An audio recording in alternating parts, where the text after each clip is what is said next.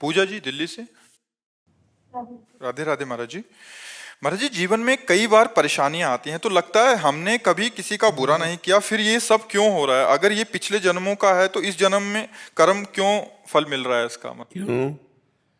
फसल आपने बोई है तो काटना आपको ही पड़ेगा, कोई दूसरा थोड़ी काटेगा। आज कत्ल करता है, 10 साल मुकदमा चलता है, 20 साल की सजा होती है। कानून व्यवस्था है। ऐसे ही हमारी भागवतिक कानून व्यवस्था है। भीष्म जी सरसैया पे पड़े हुए हैं और भगवान से कहते हैं कि मैं 70 जन्म तक देख रहा हूं अपनी दिव्य दृष्टि से, मैंने ऐसा कोई पाप नहीं किया जो मुझे ये दंड मिले कि 6 महीना बाणों की सैया पर। तो भगवान ने कहा 100 के ऊपर चलो। एक बार आप राजा थे और एक सांप को उठा करके बबूल के पेड़ में बड़े बड़े कांटों में ऐसे डाल दिया और वो 6 दिन तक तड़प तड़प करके मरा। उसी का परिणाम आपको 6 महीने बाणों की सैया में। तो एक बार किसी एक आदमी का कत्ल किया तो उसको 50,000 जुर्माना या 1 लाख जुर्माना और आजीवन सजा, क्या दंड मिलते हैं? नहीं मिलते। तो हमारे तो न जाने कितने पाप हैं। अब कौन ऐसा शरीरधारी है जो झूठ नहीं बोल रहा? कौन ऐसा शरीरधारी जिससे पाप नहीं हो रहा? ये तो बात कह देना कि हमसे तो कोई गलती ही नहीं हुई, हमसे तो कोई पाप ही नहीं हुआ, ये बिल्कुल हम अविवेकपूर्ण मानते हैं। नहीं, ऐसा नहीं है। हम सबसे गलतियां होती हैं और उसी भगवान के दरबार में अन्याय नहीं है, क्योंकि वहाँ किसी के गवाही की जरूरत नहीं है। वो सर्वव्यापी परमात्मा आपके हृदय में ही बैठा हुआ है। मत्ता परतरम नान्यत किंचिदस्ति धनंजय, मेरे सिवा और कुछ है ही नहीं, तो उसको गवाही की क्या जरूरत है? वो देख रहा है।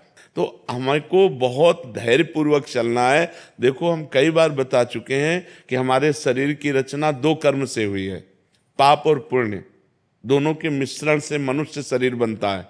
केवल पाप से यातना देह का निर्माण होता है जो नरक में मिलता है। केवल पुण्य से देव देह का निर्माण होता है जो स्वर्गलोक, महारलोक, जनोलोक, तपलोक, सत्यलोक आदि में। लेकिन मनुष्य लोक में दोनों मिश्रित होते हैं, पाप और पुण्य।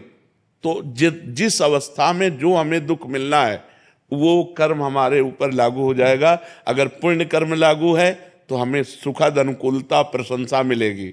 अगर पाप कर्म लागू है तो दुख, प्रतिकूलता, निंदा मिलेगी। वो हमारी वैसी बुद्धि हो जाएगी, जैसी हो भवतव्यता तैसी बने सहाय, आप ना आवे ताहि पे ताहि तहाँ ले जाए। अचानक आपसे ऐसी क्रिया बन जाएगी कि आपकी निंदा होगी, आपकी अवहेलना होगी।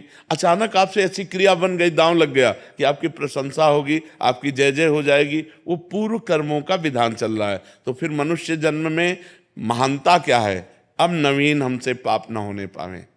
अब नवीन कर्म हम ऐसे ऐसे समझ समझ के करें कि हमारी आगे की जो जन्म हो या आगे जो हमें मिले वो बहुत अच्छा ही हो। पाप कर्म नहीं होने चाहिए। अब हमसे गलती नहीं होनी चाहिए। अब लो नसानी अब ना नसई हो। तो ये पक्की बात समझ लीजिए कि अपने कर्म को ही भोगना पड़ रहा है। इसमें बिल्कुल संशय न कीजिए कि मैंने तो पाप नहीं किया। किसने प्रश्न किया था? ईमानदारी से देखो सखी, वृंदावन में बैठी हो, ईमानदारी से जब से तुम्हें याद है तब से अब तक देखो, केवल इसी जन्म में क्या आपसे पाप नहीं हुई? क्या आपसे गलती नहीं हुई? आप विचार करके देखिए, हमसे पूर्व जन्म में कितनी गलतियां हो गई हैं। इतनी गलतियां हो गई कि भगवान ने कृपा करके मुझे मनुष्य शरीर दिया है। मेरे कर्म से मनुष्य शरीर नहीं मिला। कबहू का करी करुणा नर देहि, देत ईश बिन हेत सनेहि। अब भी भगवान की कृपा देखो कि आप साधु समागम में बैठी हो, आप वृंदावन आई हो, संत समाज में बैठी हो। अब मोहि भाव भरोस हनुमंता, बिनु हरि कृपा मिले नहीं संता। तो भगवान तो आपको दुलार ही कर रहे हैं, भगवान तो आपको कृपा ही कर रहे हैं। पर अब हमने गलती की है तो वो भोग तो हमें भोगने पड़ेगा। और महाराज जी, इस जन्म का कब भोगना पड़ेगा? अगला। जब अभी जो वर्तमान में गलतियां। अगला। और ऐसा भी हो सकता है कि इसी जन्म में भी उसका दंड मिल जाए।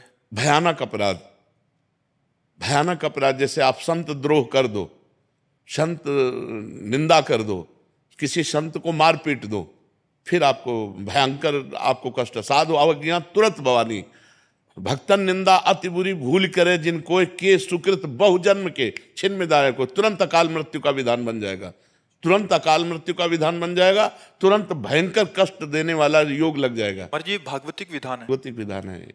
2 मिनट में किसी को मार दिया, इसके बाद आजीवन कारागार, और उसको ऊपर से बोले 1 लाख रुपया जुर्माना। तो ये जो हम भोगने आते हैं मृत्यु लोक में, जुर्माना भोगने आते हैं, मूल सजा तो नरक में मिलती है, ये जुर्माना यहाँ होता है, उसको भोगना होता है। तो जो हमें भोगने को मिला उसे मिल, आगे हम कोई पाप कर्म नहीं करेंगे, आगे हम अच्छा भजन करेंगे तो हमें अच्छा मिलेगा। जी लोग कहते हैं नरक तो किसने देखा है? अब कह दो कि किसने देखा, जब चोरी करोगे और जब तुम्हारे डंडा चलेंगे और जब जेल जाओगे तो अपने आप जान जाओगे कि जेल किसे कहते हैं। बोले किसने देखा है जेल? तो तस्मात् शास्त्रम प्रमाणम ते कार्य कार्यो व्यवस्थित हो, शास्त्र जो कह रहे हैं वो सत्य है, वो असत्य नहीं है। अब हमें बहुत छोटे हैं, कूप मंडूक हैं, जैसे कुआं का मेढक है ना, एक समुद्र का मेढक गया तो कुआं के मेढक ने कहा कहां से आए? बोले समुद्र से। बोले तुम्हारा समुद्र कितना बड़ा है?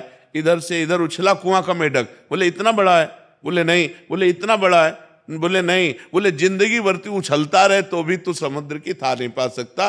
अनंत ब्रह्मांडों के रचयिता भगवान ने रचा है, स्वर्ग नरक पाप पुण्य उसका फल दोनों रचे और आपको छूट दे दी है, आप पाप कमा लो या पुण्य कमा लो। तो मनमानी आचरण करने में कोई तो मानता नहीं है, और जब परिणाम आता है तब भगवान को कोसता है। तो ये विधान भगवान का बनाया हुआ आपके कर्म के अनुसार है, आपने जो कर्म किया उसके अनुसार विधान बनाया हुआ है।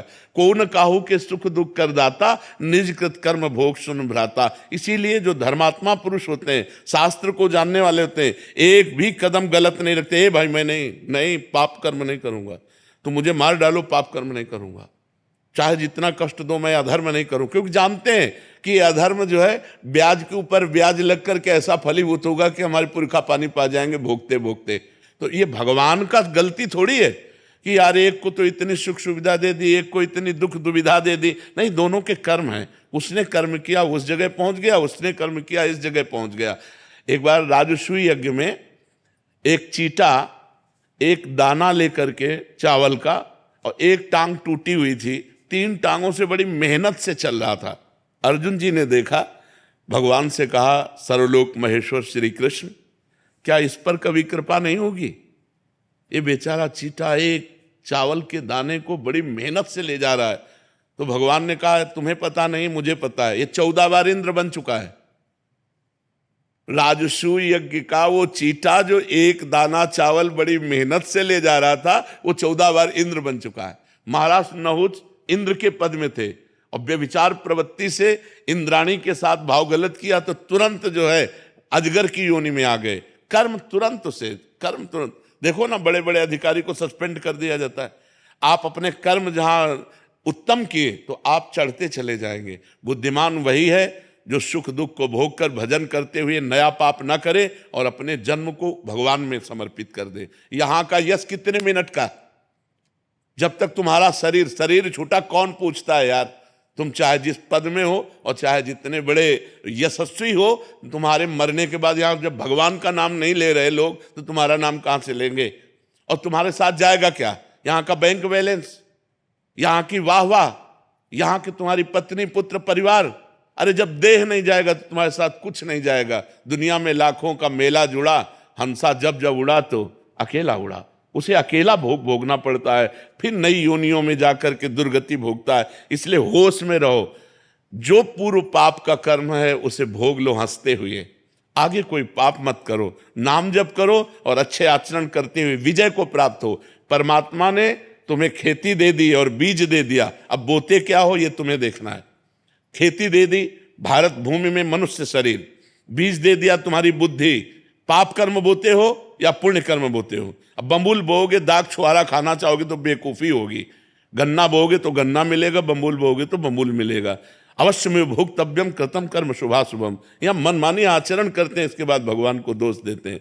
नहीं भाई, बहुत संभल करके करो, फिर देखो आपको आनंद आता है कि नहीं।